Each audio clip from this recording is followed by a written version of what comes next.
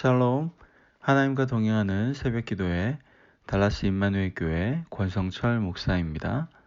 오늘 하루도 하나님과 동행하며 풍성한 은혜를 누리시는 저와 성도님들 되시길 기도합니다. 오늘 말씀은 출애굽기 24장 1절에서 8절까지의 말씀입니다. 또 모세에게 이르시되 너는 아론과 나답과 아비후와 이스라엘 장로 70명과 함께 여호와께로 올라와 멀리서 경배하고 너 모세만 여호와께 가까이 나아오고 그들은 가까이 나오지 말며 백성은 너와 함께 올라오지 말지니라. 모세가 와서 여호와의 모든 말씀과 그 모든 율례를 백성에게 전하매 그들이 한 소리로 응답하여 이르되 여호와께서 말씀하신 모든 것을 우리가 준행하리이다. 모세가 여호와의 모든 말씀을 기록하고 이른 아침에 일어나 산 아래에 제단을 쌓고 이스라엘 12지파대로 12기둥을 세우고 이스라엘 자손의 청년들을 보내어 여호와께 소로 번제와 화목제를 드리게 하고 모세가 피를 가지고 반은 여러 양푼에 담고 반은 제단에 뿌리고 언약서를 가져다가 백성에게 낭독하여 듣게 하니 그들이 이르되 여호와의 모든 말씀을 우리가 준행하리이다. 모세가 그 피를 가지고 백성에게 뿌리며 이르되 이는 여호와께서 이 모든 말씀에 대하여 너희와 세우신 언약의 피니라. 아멘. 하나님의 말씀입니다. 오늘 말씀은 이스라엘 백성들과 하나님께서 하시는 시내산 언약에 대해서 말씀하고 계시는 것을 우리는 보게 됩니다. 즉 시내산에서 하나님이 이스라엘 백성과 언약을 맺으시는 것이죠. 사실 언약이라는 것이 무엇입니까? 쌍방 간의 계약이다라는 것을 우리는 알게 되죠. 3절에 하나님의 모든 말씀과 율례를 전하자 백성들이 한 목소리로 여호와께서 말씀하신 것을 어떻게 한다고요? 준행하겠다라고 응답을 하죠. 7절 말씀을 보면 이 언약은 다시 확인되는 것을 보게 되죠. 언약서를 가져다가 백성에게 낭독하여 듣게 하니 백성들이 다시 여호와의 모든 말씀을 준행하겠다고 다시 다짐하게 되는 것을 보게 됩니다. 이로써 하나님과 백성 간의 언약이 맺어지게 되는 것이죠. 이것이 언약을 맺는 것이라고 볼 수 있는 이유는요. 당시 왕과 이렇게 신하들이 맺는 언약의 패턴을 좀 따르고 있기 때문인데요. 역사적 서문이나 언약 조항, 이런 축복과 저주의 언약의 특색이 있는데 여기서도 그러한 모습을 볼 수 있는 것이죠. 이 언약의 특징들이요. 그리고 무엇보다도 7절에 언약서라고 언급이 되어 있고 8절에는 하나님이 너희와 세우신 언약의 피라고 또한 명시를 하고 계시죠. 24장 11절에 언약 식사가 나옵니다. 하나님이 이스라엘 자손들의 존귀한 자들에게 손을 대지 아니하셨고 그들은 하나님을 뵙고 먹고 마셨더라. 이렇게 언약 식사를 하며 언약은 마무리가 되는 것을 우리는 알 수 있게 됩니다. 자, 그렇다면 왜 언약이 중요한가? 왜 우리에게 이러한 언약의 내용들이 우리에게 또 오늘 시간에 다뤄져야 되는가에 대해서 우리는 좀 살펴볼 필요가 있습니다. 이 언약이 사실은 신앙의 근거 또 신앙의 실천을 어떻게 보면 결합시켜주는 또 설명해주는 또 구조일 수도 있고요. 또 기둥이 될 수 있기 때문에 사실 언약에 대한 이 교훈은 우리에게 굉장히 중요하게 생각할 필요가 있다는 것이죠. 여러분, 하나님은 여러 사람들과 언약을 맺으셨죠. 노아, 아브라함, 그리고 오늘 시내산에서 또 다윗과도 언약을 맺었고요. 여러 번 언약을 맺었지만 언약 종류가 조금 다른 것이 있습니다. 크게는 두 가지 종류로 나눌 수 있는데요. 하나는 아브라함의 언약, 그리고 또 하나의 그러한 언약은 바로 모세와의 시내산 언약이다라고 우리 생각해 볼 수 있습니다. 이것은 같은 종류의 언약이라고 할 수는 없어요. 좀 구분할 필요가 있는데요. 그렇다고 해서 구분은 하지만 그 두 가지 언약이 분리되는 것은 아닙니다. 하나의 언약은 하나님이 전적으로 베풀어 주신 은혜라고 생각을 한다면 또 다른 언약은 구원받은 성도가 순종해야 할 몫이 있는 것처럼 보이는 그런 언약이다라는 것이죠. 그래서 이건 서로 좀 구분할 필요가 있지만 분명한 것은 또 이 두 언약은 연관성 가운데 있다라는 것을 우리는 기억해야 된다라는 것이죠. 어떻게 이 연결되는지 우리가 잘 이해하게 되면 또한 성경에 대한 더욱더 폭넓은 이해를 할 수 있게 된 것을 알게 됩니다. 이 시내산 언약은요, 하나님이 아브라함과 맺은 언약과는 약간의 구분이 있습니다. 차이가 있다라는 것이죠. 하나님이 아브라함과 언약을 맺으실 때에는 언약의 의무를 누가 지십니까? 하나님이 일방적으로 지세요. 하나님께서 그 의무에 대해서 이스라엘 백성들이나 다른 사람에게 어떤 것들 의무를 제시하는 것이 아니라 하나님이 일방적으로 지시거든요. 그런데 시내산 언약은 서로 번제와 화목제를 드리고 또 그 피를 가지고 반은 제단에 뿌리고 피의 반은 누구에게 뿌립니까? 백성에게 뿌려서 쌍방간에 그 의무를 지는 것을 보게 되죠. 보통 시내산 언약은 이스라엘만이 의무를 지는 조건적 언약이라고 불리는데 그 피가 제단에 뿌려지는 것을 고려해 보면 하나님도 언약에 연관되어 있다는 것을 우리는 알 수가 있는 것이죠. 여기서 이스라엘 백성들이 알아야 되고 보아야 되는 것은 결국 이 언약의 내용을 잘 알고 정성을 다해 순종하는 것만이 목표가 아니다라는 것이죠. 여러분, 율법은 율법 자체가 목적이 아니에요. 왜냐하면 성도가 감당해야 하는 순종은 자신들이 율법을 온전히 지키는 것으로 성취되는 것이 아니기 때문에 그래요. 율법은 순종하면 할수록 지킬 수 없다는 것을 알게 됩니다.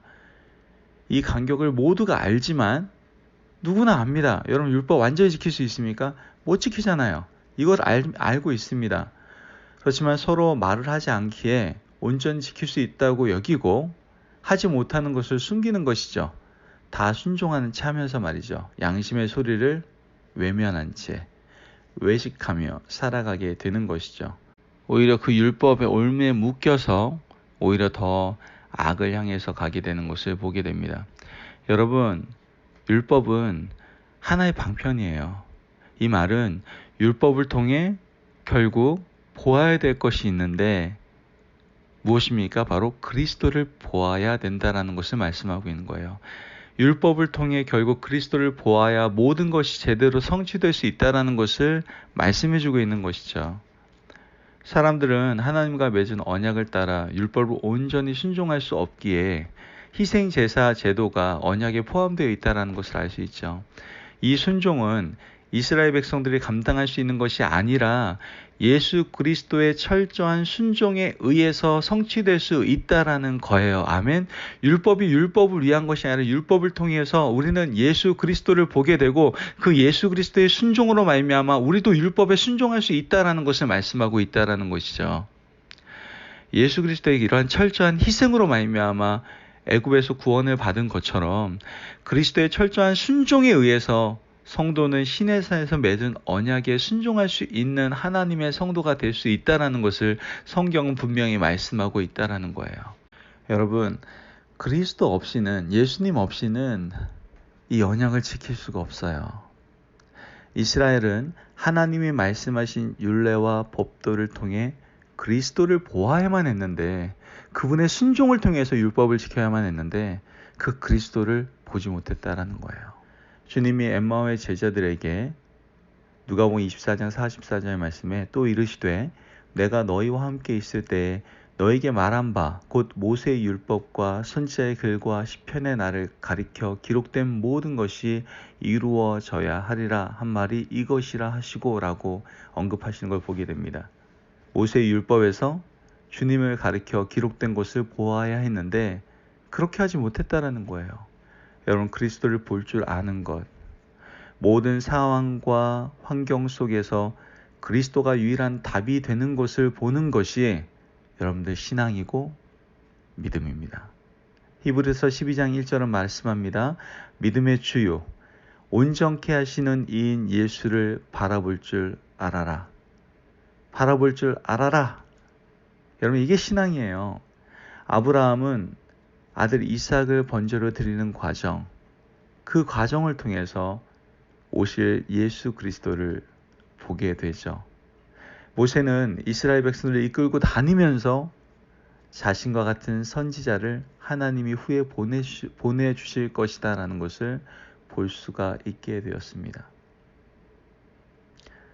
여러분, 우리가 율법에 순종하는 가운데, 율법을 바라보는 가운데 하나님의 말씀 앞에서 우리가 깨달아야 될 것은 무엇입니까? 우리가 그것을 완전히 순종할 수 있고 그것을 지켜나갈 수 있다라고 생각하면서 신앙생활하고 계십니까? 아니에요. 말씀을 주시는 것은 무조건 순종해라, 순종해라. 그것이 아니더라니까요. 어떤 청년이 저에게 얘기하더라고요. 말씀을 보니까 말씀 못 읽겠어요. 맨날 순종하라고 그러고 뭐 하라고 그러고 뭘 못하게 하고 이래가지고 신앙생활 못하겠어요. 라고 얘기하더라고요. 예, 거기 나와 있는 어떤 율법의 조항들 해라 마라 이런 것들만 바라보면 신앙생활하는 게 너무 힘들죠. 그러면 맨날 내가 구속받는 것 같고 내가 뭔가 올무에 묶여있는 것 같고 내가 자유롭지 못한 것 같고 얼마나 신앙생활하는 게 힘든지 모르겠습니다. 그러나 그 말씀, 그 율법 안에서 온전히 순종하신 예수님을 바라볼 때 그 예수님의 순종이 나에게 임하여 내가 온전히 순종하는 자가 될 때 진정한 자유와 평안이 저와 여러분 가운데 임하게 될 줄을 믿습니다. 아멘. 말씀을 읽을 때 이제 율법에 순종할 때 여러분들 예수님을 바라보십시오. 죽기까지 순종하신 예수님의 순종을 우리가 바라보기를 원합니다. 그리고 그 분의 순종이 내 안에 거하고 그것이 우리의 믿음되어 우리가 온전히 믿음의 삶을 살기를, 성도로서의 그 아름다운 신앙의 삶을 살기를 간절히 소망합니다.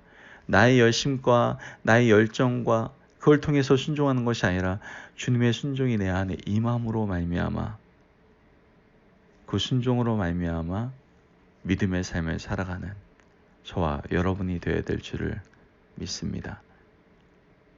기도하겠습니다. 사랑이 많으신 하나님, 오늘 말씀을 통해서 하나님의 말씀에 순종하는 것, 나의 열정과 나의 열심으로 하는 것이 아니요, 그 율법 가운데에서 우리는 온전히 그 안에 순종하셨던 예수님을 바라보게 되며 그 예수님의 그 순종이 내 안에 거함으로 내가 율법 가운데 말씀 가운데 자유함을 누리며 순종할 수 있게 됨을 깨닫게 됩니다. 주님 말씀을 보는 가운데 자꾸만 사탄이 우리를 왜곡시키며 힘들게 하는 어떤 구속감 또한 자유롭지 못하는 마음에 얽매여 살아가는 것이 아니라 그 안에 예수 그리스도를 더욱더 바라보게 하시고 그 예수 그리스도의 사랑을 경험하게 하시고 그 예수 그리스도의 순종이 우리 마음 가운데 가득 차 우리가 이 땅을 살아가는 가운데 어두운 세상 가운데 빛을 밝히는 그리스도의 순종의 삶을 살아갈 수 있도록 축복하여 주옵소서. 믿음의 주여, 온전케 하시는 이인 예수 그리스도를 바라볼 수 있는 믿음의 눈을 오늘 이 시간에 우리에게 열어 주옵소서. 감사하며 예수님의 이름으로 기도합니다. 아멘. 오늘도 하나님과 동행하며 풍성한 삶을 누리시는 저와 성도님들이 되시기를 바랍니다. 오늘도 승리하세요.